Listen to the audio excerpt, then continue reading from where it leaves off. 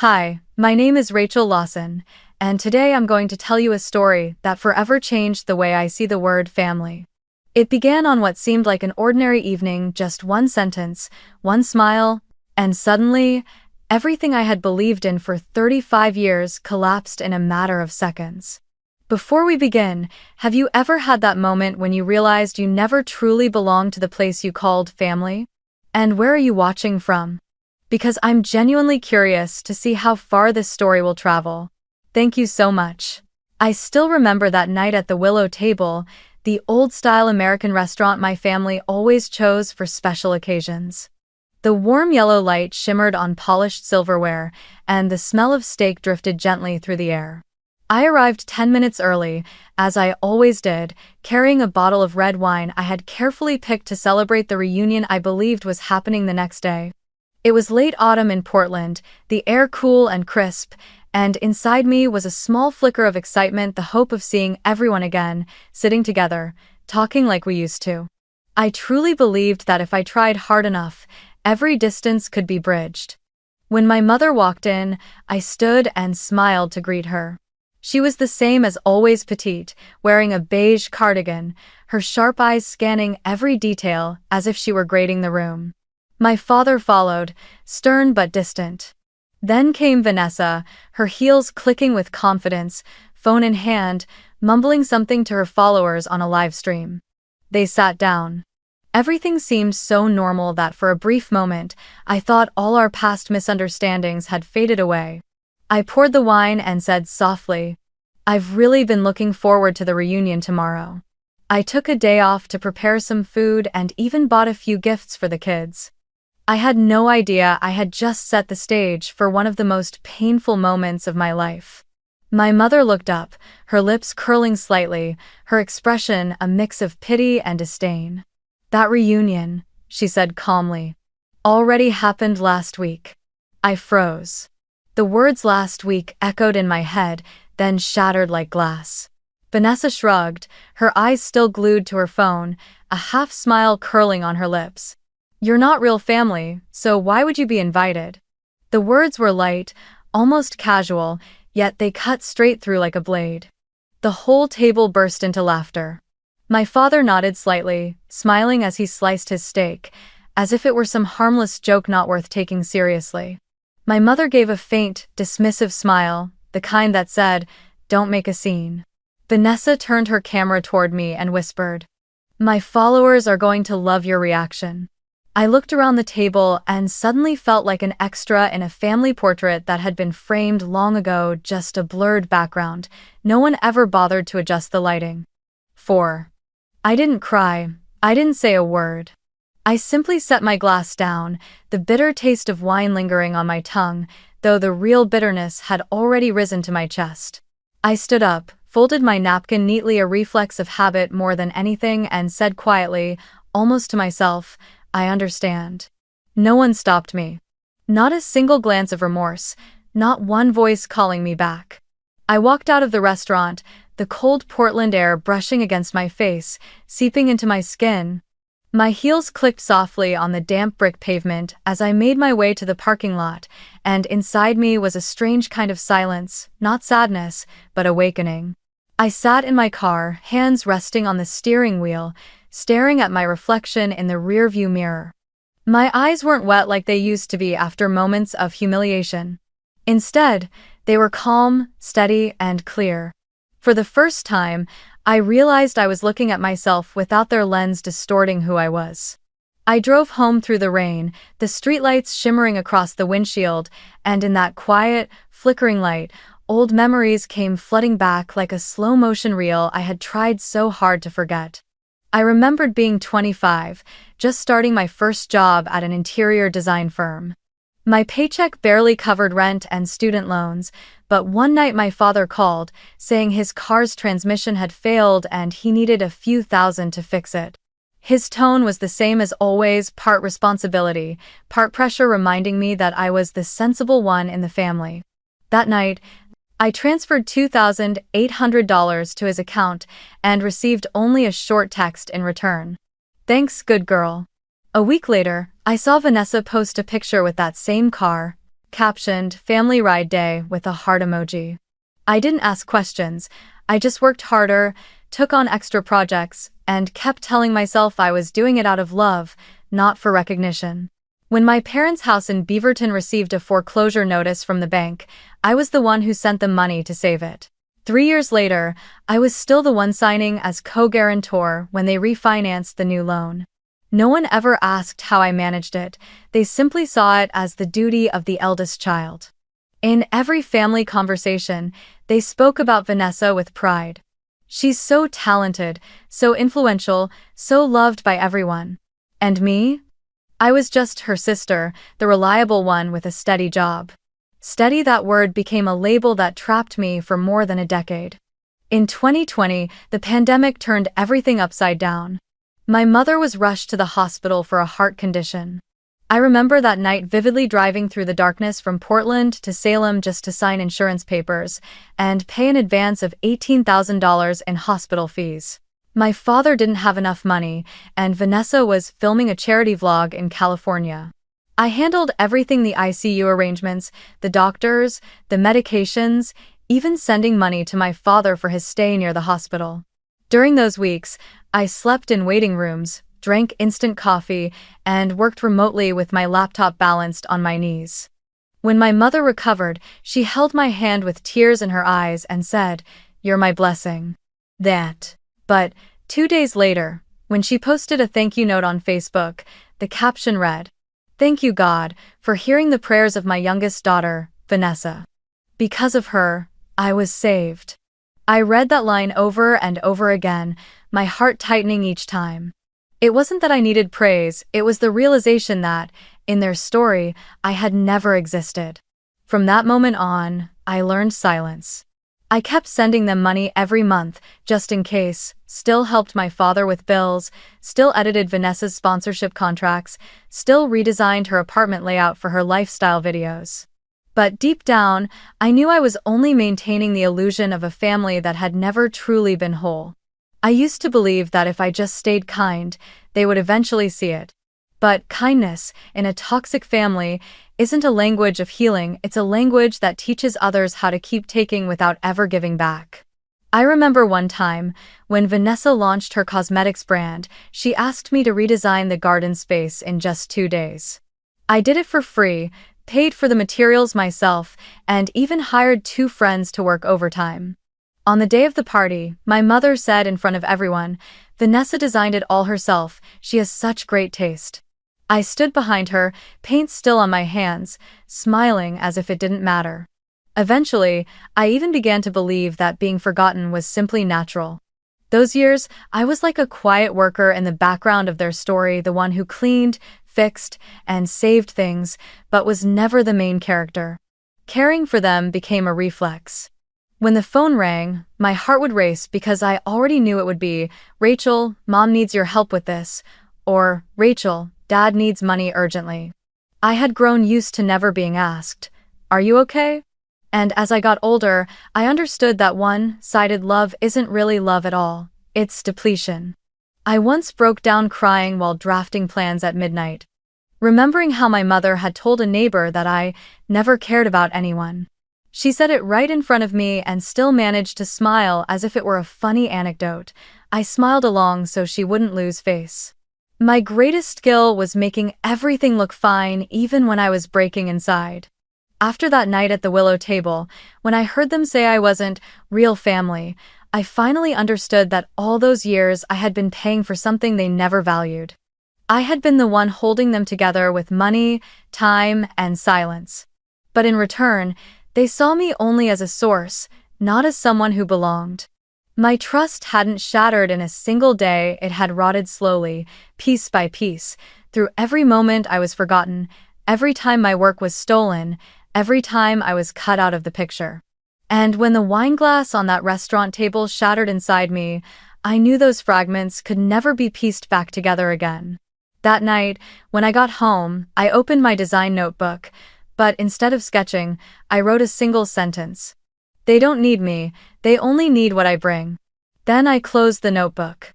I thought to myself, maybe it was time to stop fixing a house that had already rotted from within. Because sometimes, the only way to keep it from collapsing is to walk out before it does. 3 days after that evening at the willow table, Portland was still draped in a soft, endless rain. I was sitting at my desk, trying to finish the design for a riverside senior home. The blueprint lay unfinished, lines still in mid-draft, when my phone buzzed with a notification from the bank. Overdraw attempt, declined. My brows furrowed. A transaction for just over $3,000, exactly $3,200, had been denied because the person attempting to withdraw had no access rights. Account name, Lawson Family Emergency Fund. I had created that account 3 years ago after my mother's heart attack, thinking it would be a safety net so that, if something happened, no one would have to worry. I was the only one who ever deposited money $1,000 a month, every month, without fail. At first, I believed it would give the whole family peace of mind. But over time, it had turned into their private bank. They used it for everything: car repairs, credit card bills, even Vanessa's deposit for a photo studio to shoot her cosmetics line. No one had ever asked, "Are you okay?" or "Do you want to share the load?" The unspoken rule was simple: if they needed, I would pay. Now, looking at that declined notification, my heart no longer hurt. It felt empty, cold, and strangely silent.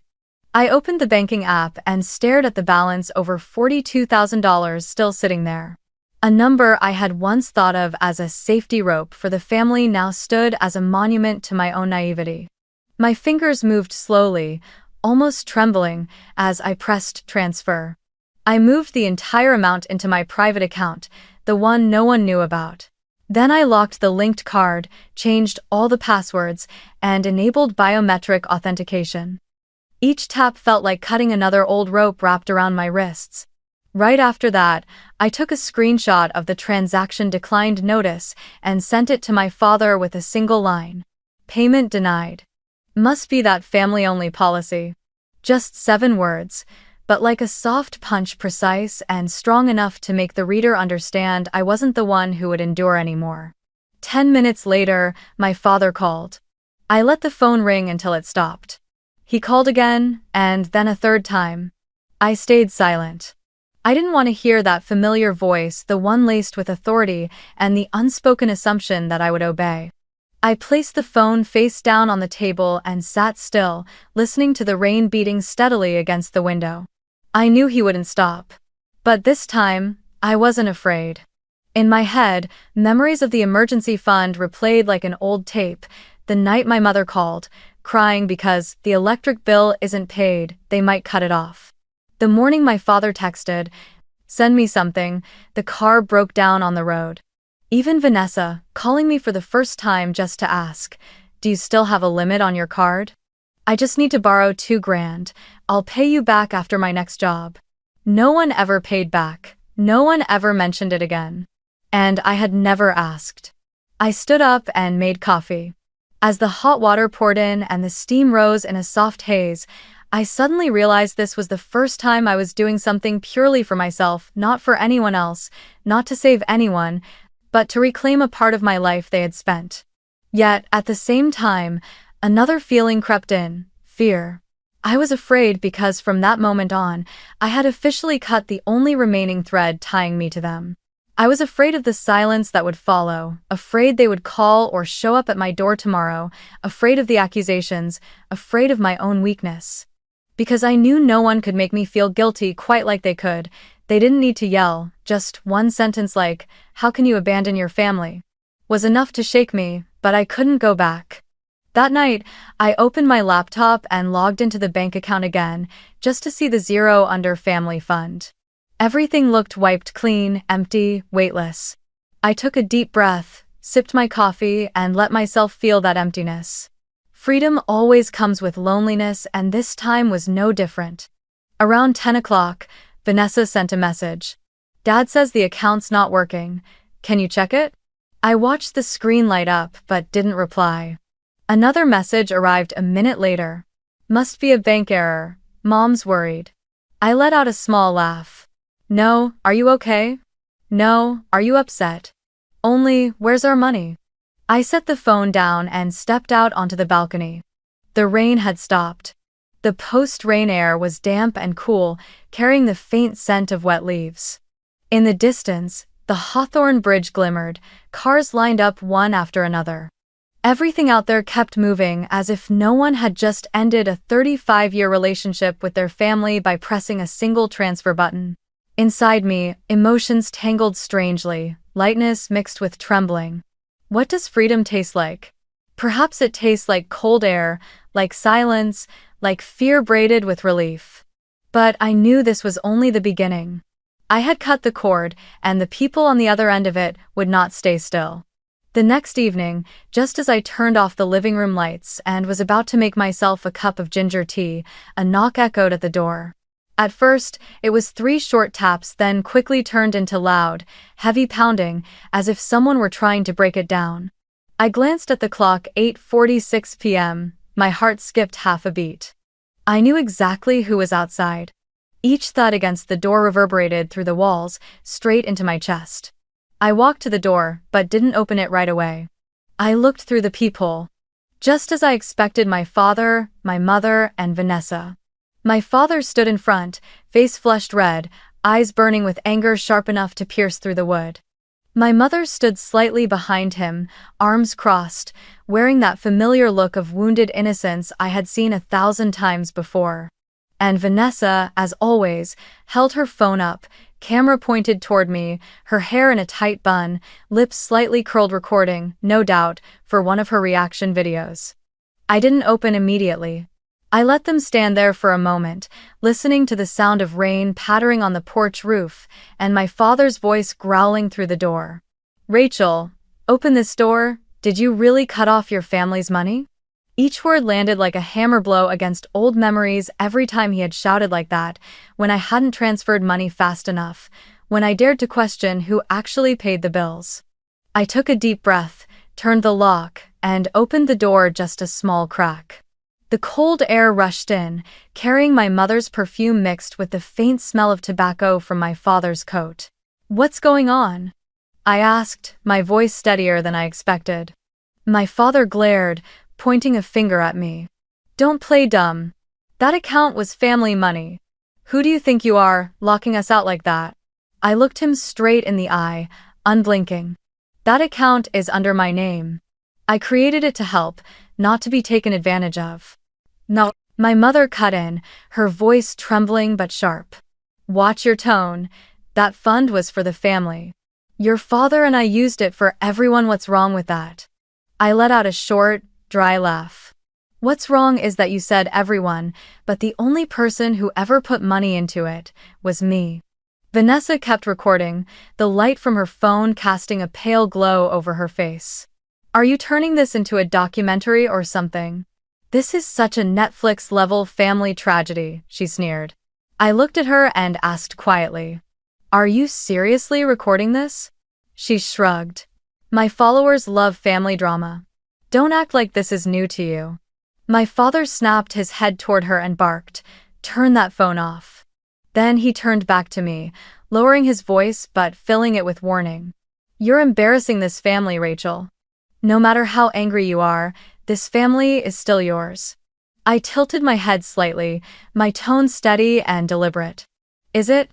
Because the other night at the Willow table, Mom said I wasn't real family, so what am I now?" No one answered. My mother opened her mouth, then shut it again. Vanessa stopped filming and looked away. The air around us seemed to freeze, broken only by the sound of heavy rain hitting the porch steps. I knew I had struck exactly where it hurt most. The truth had finally been spoken aloud. "You're becoming cruel," my mother whispered, her voice trembling as if I'd committed a sin. "We just want things to go back to the way they were." The way they were. I smiled faintly. "You mean when I paid every bill while you pretended Vanessa was the one who saved your life? Or when Dad said he loved the family but secretly drained the fund without telling anyone?" My father's fists clenched tight. I could see the veins rise on his neck. "You're ungrateful," he hissed through his teeth. "Everything your mother and I did was for the family, for you. Without us, do you think you'd even have your education, your job?" I exhaled softly, almost like a laugh. "You're right, Dad. Without you, I probably would have learned to love myself a lot sooner, so thank you for that lesson." I gently pushed the door toward them just enough to make it clear that the conversation was over. "Go home. Don't come here again unless it's to talk about something other than what you think you're entitled to." "Rachel!" my mother shouted, her voice breaking. I paused, my tone calm but firm. "Mom, silence isn't peace anymore, it's complicity, and I'm done being complicit in being treated like an ATM." I closed the door. A loud thud followed. My father slammed his fist against it, the sound echoing down the hallway. I stayed still, my hand gripping the handle tightly, but I didn't open it. Outside, he yelled a few more incoherent words before his voice faded away. Their footsteps eventually disappeared into the sound of rain. The next morning, I woke earlier than usual. The Portland sunlight slipped through the thin curtains, soft, pale, and cold. I sat at the kitchen table, a steaming cup of coffee by my side, laptop open to my banking page. I hadn't slept all night since the confrontation. Something in me wouldn't settle, not just anger, but an instinct that this wasn't over. My father wasn't the kind of man to back down quietly, and my mother, skilled at feigning helplessness, wouldn't sit still after losing control. I decided to check everything. I opened every account, every credit card. I reviewed each transaction, each statement, each unfamiliar line, and noted them carefully. At first, I thought it might just be duplicate charges or system errors. But as I looked closer, I found invisible expenses that had been appearing for over a year: online shopping, add-on phone plans, even a secondary credit card issued under my name that I had never applied for. I opened the detailed report, my heartbeat quickening when I saw a transaction from a furniture store in Florida, Suncrest Decor Designs, for $8,400, labeled for interior consultation. I had never set foot in Florida, and I had never taken on any project there. A chill ran down my spine. I checked the credit card records again and saw the tiny words, "Authorized user, Margaret Lawson." My mother. In my entire life, I had never imagined she would cross a line like this. She had always presented herself as timid, financially anxious, the one who said, "I'm only borrowing, I'll pay it back," whenever I helped her. But now it was clear temporary had turned into forever. And I opened another bank profile and saw a string of automatic payments for phone bills, internet services, and clothing stores, all tied to their address in Beaverton. Small amounts: $60, $120, $200 a month, but added up, they formed a long trail of spending that stretched back 3 years. I drew in a long breath and pulled my chair closer. The rational part of me, the part sharpened by years of design work, where everything had to be precise and documented, switched on. I opened a new Excel file and typed the title: Unauthorized Transactions. First column, date. Second column, vendor. Third column, amount. Last column, notes. For nearly 2 hours, I worked in silence, not eating, not speaking. When I finished, the sheet was almost 20 lines long. The total exceeded $20,000. I leaned back in my chair, my hands trembling slightly. In my mind, the scattered pieces of memory slid into place to form a complete picture. The times my mother said, "My card isn't working, can I borrow yours?" The strange phone bills I had assumed were mistakes, Vanessa flaunting new decor without explaining where the money came from. It all matched. They had used my name, my identity, to withdraw, to spend, to build a false version of their lives. I didn't know what to feel first: shock, grief, or shame. But what scared me the most was that I didn't feel much of anything at all. Just a blank, cold white space where emotions used to be. I decided to call Ethan, an old friend from my college days who now worked as a legal specialist at a financial advisory firm. When I gave him a brief rundown of what I discovered, he went silent for a moment before saying, "Send me every copy of the transactions you have. I'll find out who opened the additional card and trace the credit activity linked to it." I emailed everything to him, attaching the spreadsheet and screenshots. An hour later, he called back, his voice tinged with surprise and a hint of pity. Rachel, you're not mistaken. The secondary card was opened legally because the authorizing party was Margaret Lawson, your mother. But here's the thing, you never signed the consent form. Someone forged your signature. Hack. I stayed quiet for a few seconds. Ethan continued, I can dig into the full credit history. And if you want, we can file an identity theft claim. But you need to be prepared, this isn't just about money. This is a criminal offense. I understand, I said softly. Do whatever needs to be done. That afternoon, he sent me the full report. Among the transactions were transfers into Vanessa's account labeled personal allowance. Some invoices even matched items featured in her videos: the vanity set, the blue velvet chair, the round Hollywood-style lights she'd once boasted about buying with her own hard-earned money. I printed everything out and arranged it neatly into a red folder. Each page felt like a small blade, slicing through the last illusion that any honesty remained between us. I sat staring at the folder on my desk. No anger. No tears. Only absolute coldness. I had always believed that if betrayal ever came, I would collapse. But when it actually happened, my mind felt sharp, clear as crystal. I no longer saw myself as a victim but as someone who had finally opened her eyes to a house that had been smoldering for years. They hadn't just taken my money, they had taken my dignity, my trust, and even my name to build the image they wanted to protect. Before going to bed, I opened my phone and scrolled through my mother's Facebook page. The newest photo showed her standing beside Vanessa in front of their house, the caption reading, "Family where all love begins and never ends." I stared at that photo for a long time, then put the phone down and whispered to myself, maybe she's right, but sometimes love has to end so someone can finally begin again. I turned off the lights but didn't fall asleep right away.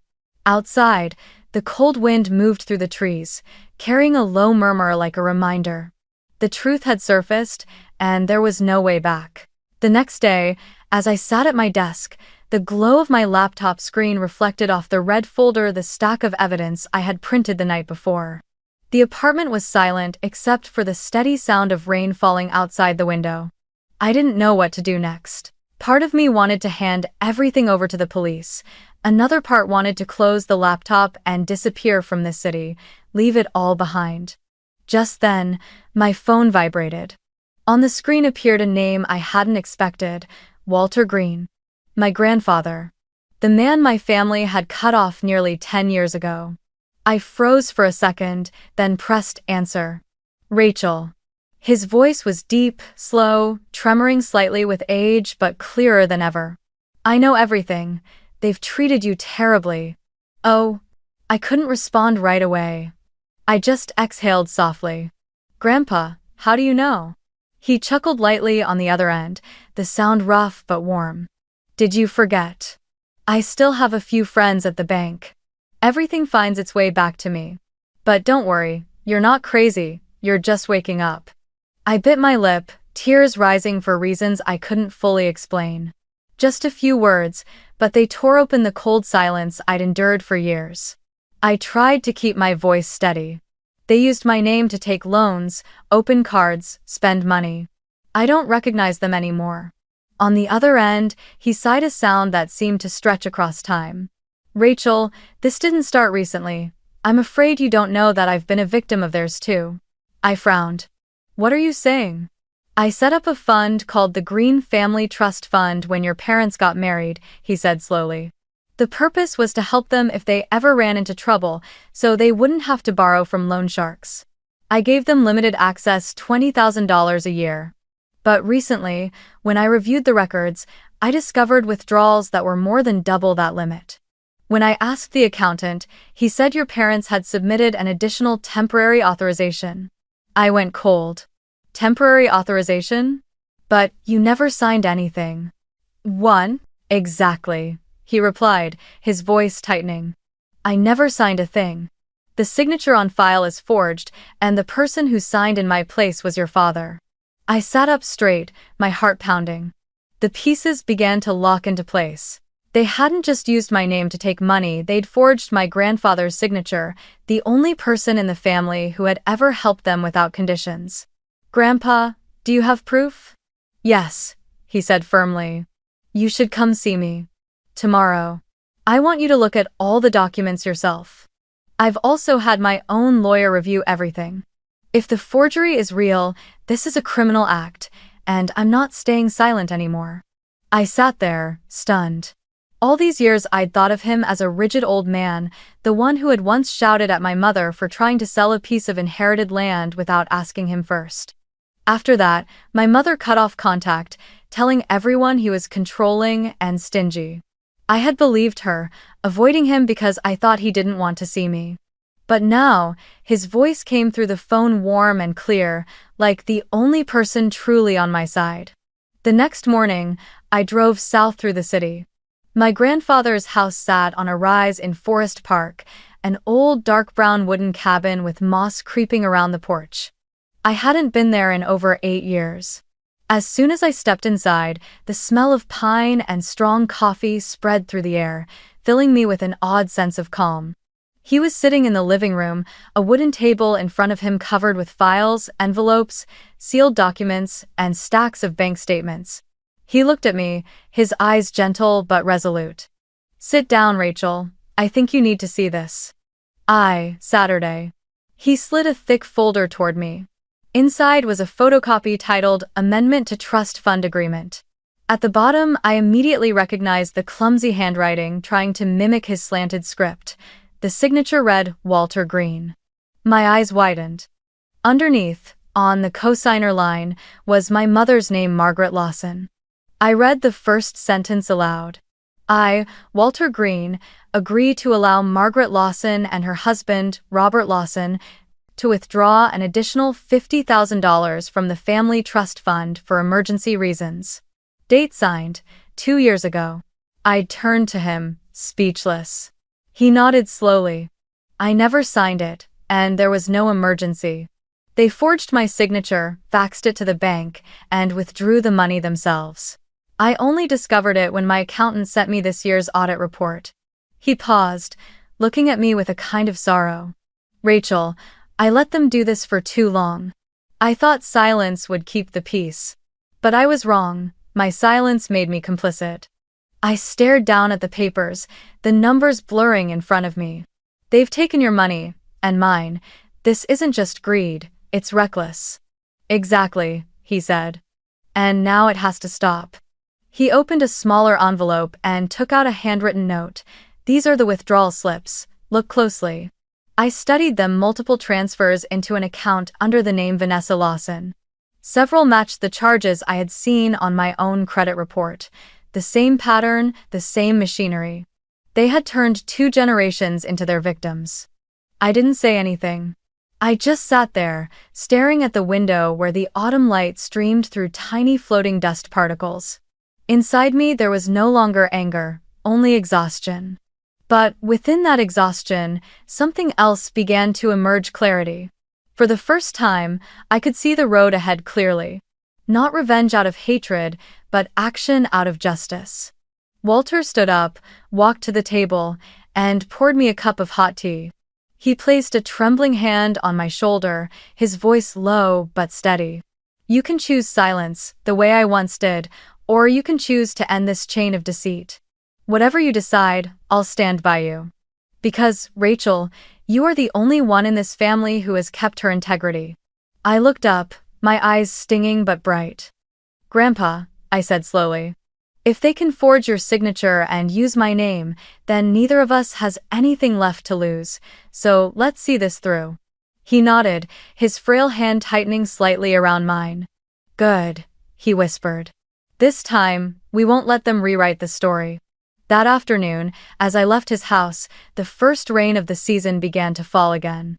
But this time, I didn't feel cold. I felt like I was walking through a different kind of rain, one of awakening, of resolve. I knew the real storm was just beginning. But at least now, I wasn't alone. 3 days after meeting with Walter, Portland was once again drenched in rain, cold and unrelenting, as if the city itself was trying to wash away something heavy. I had just finished a call with Ethan, my lawyer friend, confirming that the fraud report concerning the trust fund was officially being filed. Everything was in motion slowly, but steadily. I knew turbulence was coming. What I didn't expect was that the first wave would come from someone I thought had already chosen the other side. That afternoon, I heard a soft knock on the door. Not the pounding kind my father used, just 3 hesitant taps. I opened it and saw Vanessa.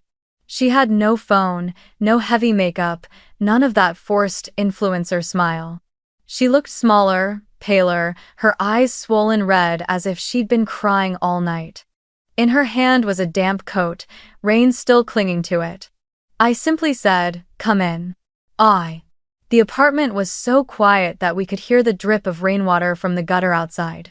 Vanessa sat on the sofa, avoiding my gaze. Nearly a full minute passed before she spoke, her voice hoarse. "Do you know what Mom told me?" I stayed silent, shaking my head slightly. "She said you were mentally unstable, that you were trying to tear the family apart, that you wanted to sue everyone for money. She told me to post stories supporting her, saying you'd misunderstood everything. I did it because I was scared." I looked at her, not surprised. "Scared of what?" Vanessa gave a weak, trembling laugh as tears slipped down her face. She wiped them quickly, as if ashamed to be seen crying. "Scared Mom would cut me off from the joint account. Scared she'd tell the brands I work with that I'm unreliable. Scared she'd expose the fact that I'm in debt." I frowned. "In debt?" She nodded, lowering her head. "I owe over $20,000. I signed a few skincare promo contracts without reading the fine print. I had to buy the products myself, pay for ads to hit the engagement targets, and then got hit with penalty fees. I ran out of money. Mom told me to ask you for help, but I couldn't. Every time I mentioned your name, she'd say you were selfish, that you only thought about yourself." Her voice broke. "But now I know that's not true." I sighed and sat down beside her. "Mom made you believe everything was my fault, just like she once made me believe everything was my responsibility." Vanessa lifted her head, her eyes glistening. "You know, when Mom was in the hospital in 2020, she made me take a picture of myself praying so she could post it on Facebook. She said, 'People need to see you care about your mother.'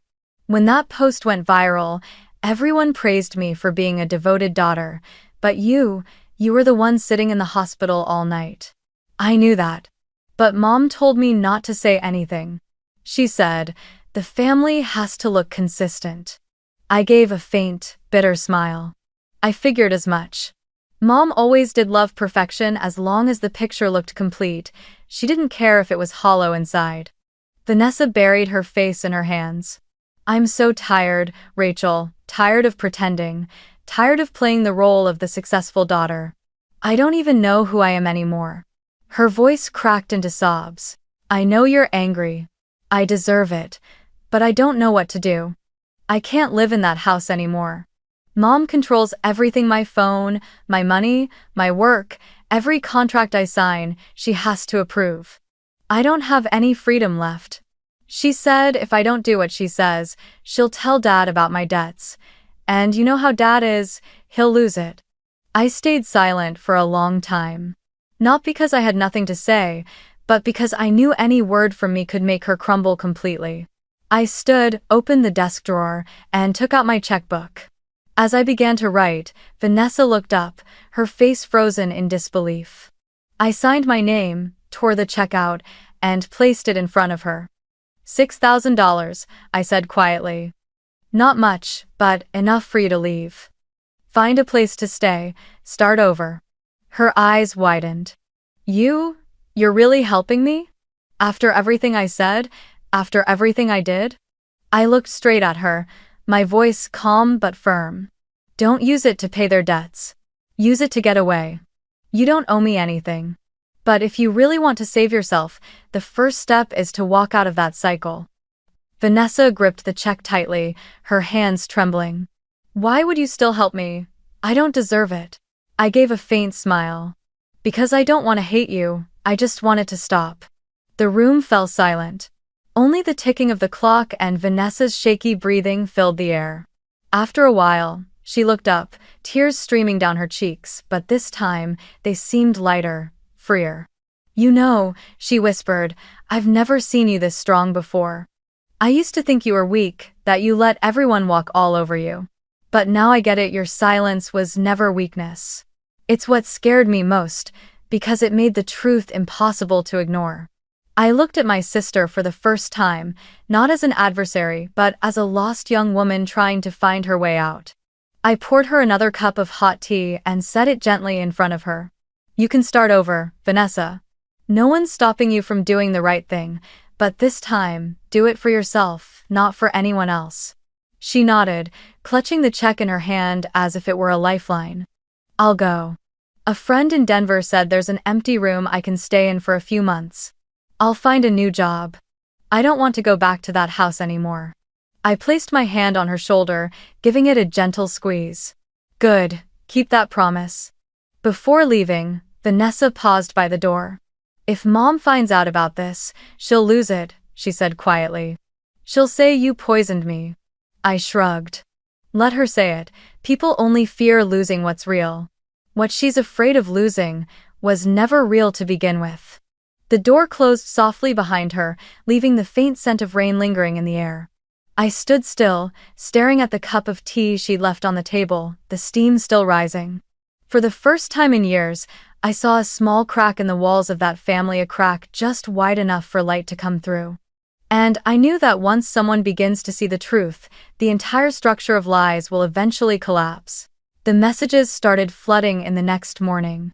The first was a voice note from a distant aunt in Salem. "Honey, your mother says you're planning to sue the whole family. Is that true? Oh dear, family matters should stay behind closed doors." Then an old neighbor from Beaverton sent me a Facebook link, a long post written by my mother, dressed up in moral language.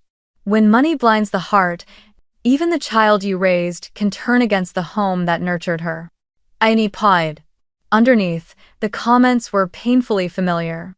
"Poor Margaret, having such an ungrateful eldest daughter. Kids these days only care about money. Vanessa is the real pride of that family." I didn't like, comment, or explain. I turned off notifications, took a few screenshots, then set my phone face down. I had learned not to waste oxygen keeping someone else's story alive. Instead, I opened my laptop, pulled the red folder closer, and began doing what I knew I did best, organizing the truth. Ethan called on video. He was wearing headphones, sitting against a white wall covered in sticky notes. "Let's begin," he said, opening a shared folder on the screen titled Case, Lawson v. Esch. Unauthorized use, internal. Inside were the drafts of the civil complaint, a detailed list of unauthorized transactions, photo attachments of forged credit agreements, trust fund statements, and a handwriting analysis report. "Rachel, Step 1. He said, file the identity theft report with the FTC to get your case number.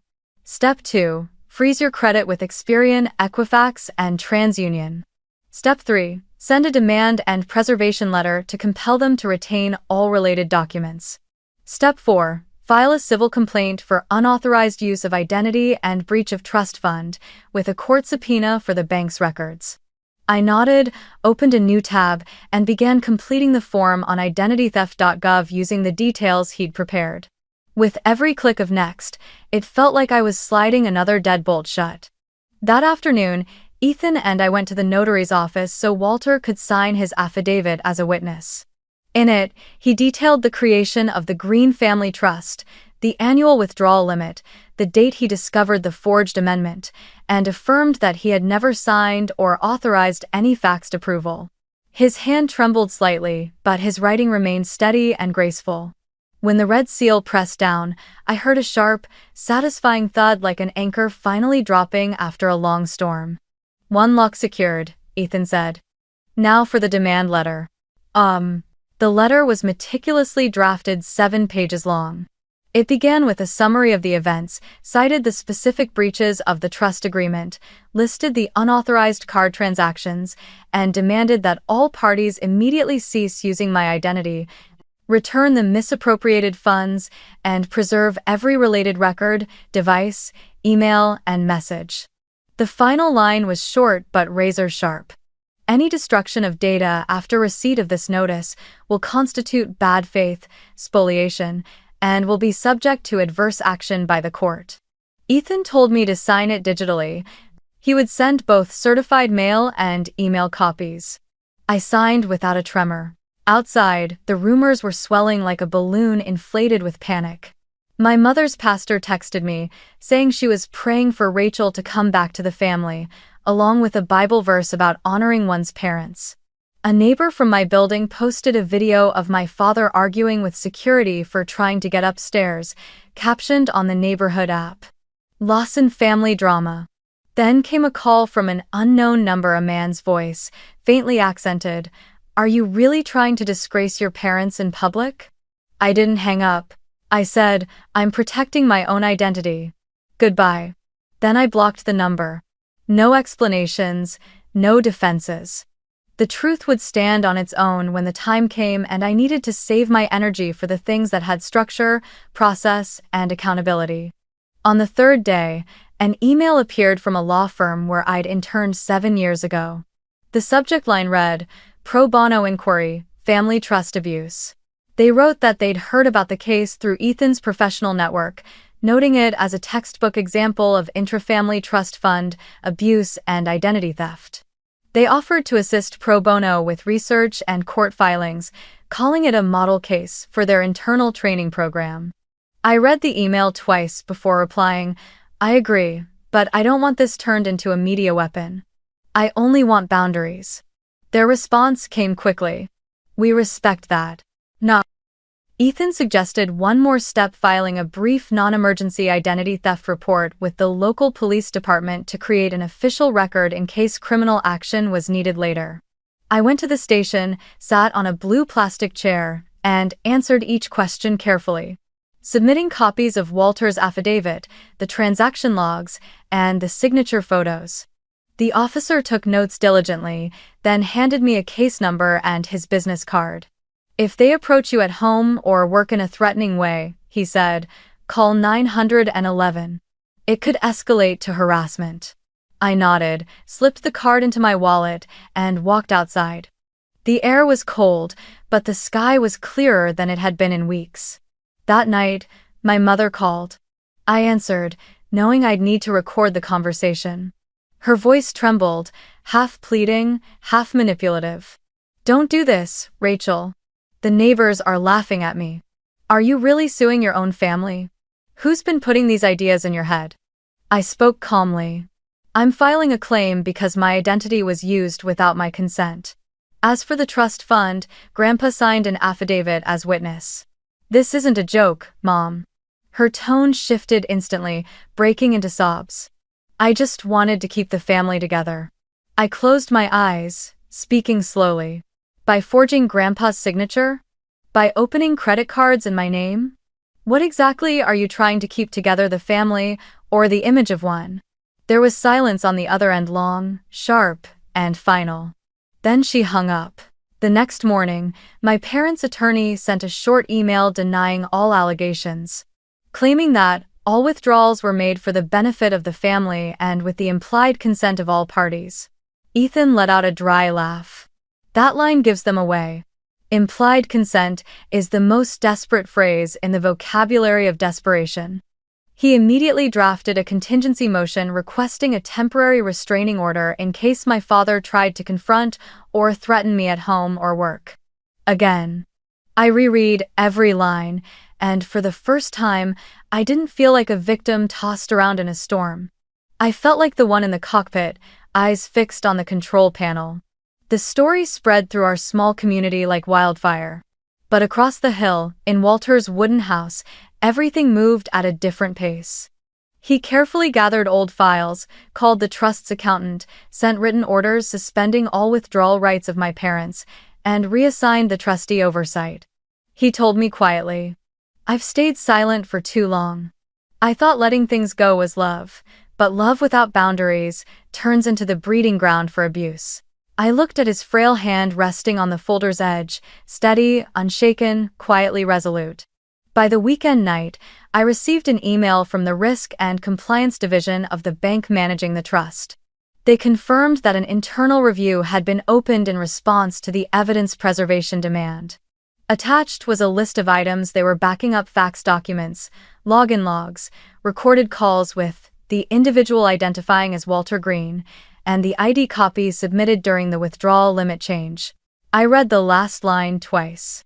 "We have flagged the incident due to a voice print mismatch with the biometric profile on record." I leaned back in my chair and exhaled slowly. Technology, I thought, might just be the coldest form of justice. It doesn't flatter memory, and it doesn't care about emotion. I knew from here on, there would be tense conversations strung tight like wire pleas disguised as threats, distant relatives suddenly acting as moral judges. That morning, Portland was cold. The sun had just begun to rise over the trees, its dim light spreading across the neighborhood like a thin veil. I made myself a cup of coffee, fixed my hair in the mirror, and got ready for work. After months of chaos, I finally felt life settling into some rhythm again. The civil case was being handled by Ethan and the pro bono legal team. Walter still called every night to ask, "Did you eat? Did you lock the door?" I thought things were finally quieting down. Until I heard the sound of a familiar engine outside my window. I pulled back the curtain. My parents' black SUV was parked right in front of the building entrance. The door swung open, and my father stepped out, still wearing the same old suit he always used when he wanted to project authority. My mother followed, clutching a folder-filled handbag, her face pale. Behind them stood a young man with slicked back hair and a leather briefcase, clearly the private lawyer they'd hired to defend the family's honor. My heart pounded, but my mind stayed cold. I didn't open the door. I watched as they walked toward the building, the sunlight filtering through the trees, making the scene look like a play that had been rehearsed one too many times. Then, just as they reached the steps, another car pulled up Walter's. The door opened, and he stepped out slowly, wearing a gray cardigan, calm but sharp as glass. Ethan followed behind him, documents in hand, his stride steady and deliberate. The look in Walter's eyes as he faced my father was no longer that of a father who once forgave too much. It was the look of a man who had finally reached his limit. The air felt thick enough to cut. I opened the door and stood in the doorway just enough for everyone to see me, but not enough for anyone to step inside. My father's voice came low and sharp. "Rachel, we need to talk. There's not going to be any lawsuit, do you understand? You're being manipulated." Walter raised an eyebrow. "Manipulated? The girl doesn't need anyone to manipulate her, Robert. She's protecting herself, something you both forgot to teach her a long time ago." My mother blinked rapidly, her expression caught somewhere between fear and indignation. "You don't understand. We just want to keep this family together. Everything's been blown out of proportion. Rachel didn't mean for it to go this far." Ethan's tone was cool, precise. "I think the forged signatures on the trust fund documents make it very clear whose intentions we're talking about, Mrs. Lawson." My father's face turned red. "And who the hell are you to stick your nose into my family's business?" I stepped in before Ethan could answer, my voice calm but firm. "He's my legal counsel. And he's not interfering, he's helping me get out." Walter took a slow step forward, leaning on his cane. The sharp tap of it hitting the concrete echoed like a gavel striking wood. "If the two of you still have a shred of decency left," he said, his voice steady and deep, "then stop. This young woman owes nothing to the people who once called her a stranger." My father's composure snapped. He shouted, his voice cracking with fury. "She's destroying this family. She's making us a public disgrace. After everything we've done for her, raising her, feeding her, now she sues her own parents? Is that your idea of morality?" I looked him straight in the eyes, my tone even but cutting. "Family? You mean the one that held reunions without inviting me? The one that used my name to open credit cards and forged Grandpa's signature to steal from the trust? If that's what you call family, then I suppose I should be grateful because it gave me a second chance at being born. Therefore." My mother lifted her hand to her mouth, her voice trembling. "Rachel, don't say that. I was just afraid of losing you. Everything I did was because I care about you." I gave a faint, bitter smile. You lost me the moment you said I wasn't real family at that dinner. The air froze. A few neighbors peeked out from their porches, whispering to each other. Someone called out softly from across the fence. Everything okay over there? Moments later, the sound of police sirens echoed down the street. Someone in the neighborhood must have reported a domestic disturbance. Two local officers stepped out of their cruiser, walking calmly but alert. Is there a problem here? One of them asked. Ethan stepped forward. No physical altercation, officers, just a legal discussion between parties. But maintaining distance would be best for everyone's safety. The older officer nodded and turned to my father. Sir, I suggest you calm down and leave the premises if you have no lawful reason to be here. My father's fists clenched. His face flushed deep red, and he muttered under his breath, ungrateful. Then he turned toward me, eyes burning with a mix of anger and helplessness. You'll regret this, Rachel. Blood is still blood. You can change your name, your address, but you can't change what runs in your veins. I met his stare, my voice low but sharp enough to cut through the air. Maybe I can't change my blood. But I can choose how I live, and I choose not to let that blood keep hurting me. Walter stepped forward slowly, his gaze fixed on his son. Robert, I've given you chance after chance. I thought you were weak, but I never imagined you'd sink so low as to forge your own father's signature to steal money. And now you dare stand here and talk about blood? His tone wasn't loud, but every word landed like a blade. My father faltered just slightly, his shoulders tensing, his hand trembling before he dropped it to his side. My mother broke into sobs, tears streaming down her face. Walter, please don't do this. We were wrong. But I was only afraid of losing my daughter. I didn't know anything about the money, I swear. It was Robert. He told me to sign because he said it would help Vanessa's career. Ethan glanced at me and motioned for silence. I only nodded, saying nothing. Walter closed his eyes for a moment, then opened them and spoke in a low, steady voice.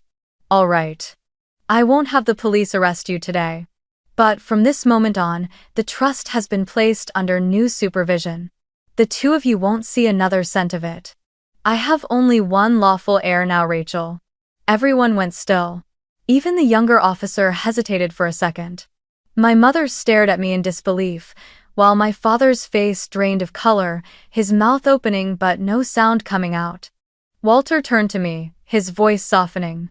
Now you can focus on your own part. I nodded, hot tears running down my cheeks faster than I could wipe them away. A few moments later, the police asked everyone to disperse. My parents walked back to their SUV without a word, shrinking in the distance until they disappeared around the corner. Ethan gathered up the documents, while Walter stood beside me, his hand resting gently on my shoulder. A chapter closed, Rachel. Not pleasant but necessary. I nodded, my voice catching. Do you think they hate me now? He gave a sad, quiet smile. They do. But that isn't your concern, you chose the truth. And the truth, even when hated, is still the only light worth living by. I looked up at Portland's gray sky, where the clouds were beginning to break apart. From now on, I knew I would carry something new, not the weight of guilt, but the weight of freedom. Heavy, yes, but heavy in a way that makes you stand tall. When Walter and Ethan left, I stayed in the doorway, staring at the empty street ahead. The house was silent, but I no longer felt empty inside. I had just watched an entire dynasty of deception collapse, not with an explosion, but with the truth spoken in daylight. And in that final silence, I realized I had taken back the most precious thing they'd ever stolen from me, the right to belong to myself. 3 months after that final confrontation, everything officially ended in silence, no media lights, no headlines, no cameras waiting outside the courthouse. Ethan told me, sometimes justice doesn't arrive with the bang of a gavel. Sometimes it's just paperwork that forces people to finally read every single word. He was right. When the civil judgment arrived, I read it slowly, as if turning the last page of a long, painful chapter. The court ruled that no criminal charges would be filed, since the forgery had been settled privately within the family. but it ordered my parents to repay the full amount illegally withdrawn from the family trust plus interest, as required by law. The management rights were permanently transferred to Walter, with me listed as secondary trustee. And one final line, small but sharp, read: all parties are prohibited from accessing, impersonating, or using the complainant's identity in any financial capacity moving forward. Holding that document, I didn't feel triumph, only release. The need to prove I was right, to be heard, to be acknowledged, it was all gone. Everything had been restored to where it belonged, and that was enough. The family, in the truest sense of the word, no longer existed. But sometimes, collapse is the only way out of a cage painted to look like stability. Vanessa left Portland 2 weeks later. She texted me, "I'm in Denver now. No job yet, but this morning I went for a walk and no one asked what I was doing. For the first time, I feel like I can breathe." I read her message, and something inside me softened. Maybe the freedom I'd fought for wasn't just mine. I still kept in touch with Walter. Every Friday afternoon, we met at a small cafe on the outskirts of the city, the one with dim hanging lights and the smell of warm waffles drifting to the door. He always brought a stack of documents. I brought my laptop. Together, we were building something new, the Greenlight Foundation, a trust to help young people who had been financially exploited or controlled by their own families. Walter once said, "I used to think silence was a form of respect. But no silence only convinces the guilty they have permission to continue." I remember the first day I filled out the nonprofit registration form. In the mission statement section, I wrote, "To create a safe space for those who have paid a price just to be loved." When that line came off the printer and into my hands, I felt as if every loss I'd endured had finally found its meaning. My father has been silent ever since the judgment. No calls, no emails. In his world, I may as well have died. My mother, though she still tried to hold on to something, perhaps the remnants of motherhood. One September morning, I received an email from her. No subject line, just a few lines. "I'm sorry. Not because I'm being forced to apologize, but because I truly regret it. I thought I was protecting the family, but in the process I was slowly killing my daughter. If you don't want to forgive me, I understand. But if one day you remember home, I'll still be there." I sat still for a long time after reading it. No tears, no anger, just a stillness inside me like the surface of a lake. I printed the email, slipped it into the red binder where I had documented this entire journey, and beneath it I wrote a single line. "I forgive, but I don't forget." That night I opened my window, and Portland's damp breeze carried the scent of rain into my room. I stared out toward the Hawthorne Bridge, where the lights reflected on the water like streaks of memory fading away. I realized then that forgiveness isn't opening the door for someone else to return, it's opening the road for yourself to move on. The next morning, when Ethan called and asked, "Now that it's all over, what will you do?" I answered lightly, "Live." But this time, for real. A year later, I moved to Seattle. My new apartment sits on the 20th floor, overlooking a bright avenue where people and cars flow like the lifeblood of a city that's truly alive. In the mornings, I stand on the balcony with a cup of coffee, breathing in the damp air mixed with the scent of roasted beans. No one asks me, "When are you coming home?" No more emails accusing me of being cold. There's only me alone and free. I'm preparing for the opening of the Foundation's first support center, Breaking the Silence. It's the project Walter and I have spent 8 months building together. The center is in a renovated old building, with private counseling rooms, a vocational training area, and a small library. I designed every detail. Soft gray, white walls, powder blue upholstered chairs, warm amber lights, everything aimed at creating safety. On the main wall hangs a wooden plaque carved with the words, "You deserve peace, even if you have to build it yourself." On opening day, it's raining again. But the room is fuller than I expected: students, social workers, even a few small press reporters. Walter sits in the front row, smiling with quiet pride. I step up onto the small stage, microphone in hand, looking out at the faces waiting. My voice trembles at first, then steadies. Family is not where we are born, it's where we are seen and not treated as a burden. For a few seconds the room is silent, then applause breaks out. Walter nods, his eyes glinting with emotion. I know this moment isn't just the launch of the center, it's the beginning of a new life for me. That night, back in my apartment, my phone buzzes. A message from Vanessa. I just told the truth on my podcast. I talked about you about how you dared to say enough. I don't know how people will react, but I want them to understand. Silence can kill a person. I smile, looking out through the window at the heavy drops falling under the streetlights. I text back. I don't need anyone to know my story, I just need it to end. I set the phone down and open my old journal, the red binder that's been with me since the beginning. The paper is yellowed, the ink smudged in places, but the last page is still blank. I pick up my pen and write slowly. I once made their lives comfortable. Now I make my own life peaceful. I put the pen down and gaze out over the balcony where the rain still falls. But this time, I don't feel alone. I feel part of the city of life, of the lights reflected on the wet pavement. Tomorrow someone might still call me ungrateful, cold, too hard. But I know I don't have to prove anything anymore. I have crossed the stage where people saw me as a traitor and stepped into the territory of those who save themselves. In that place, quiet is no longer frightening, it's the reward.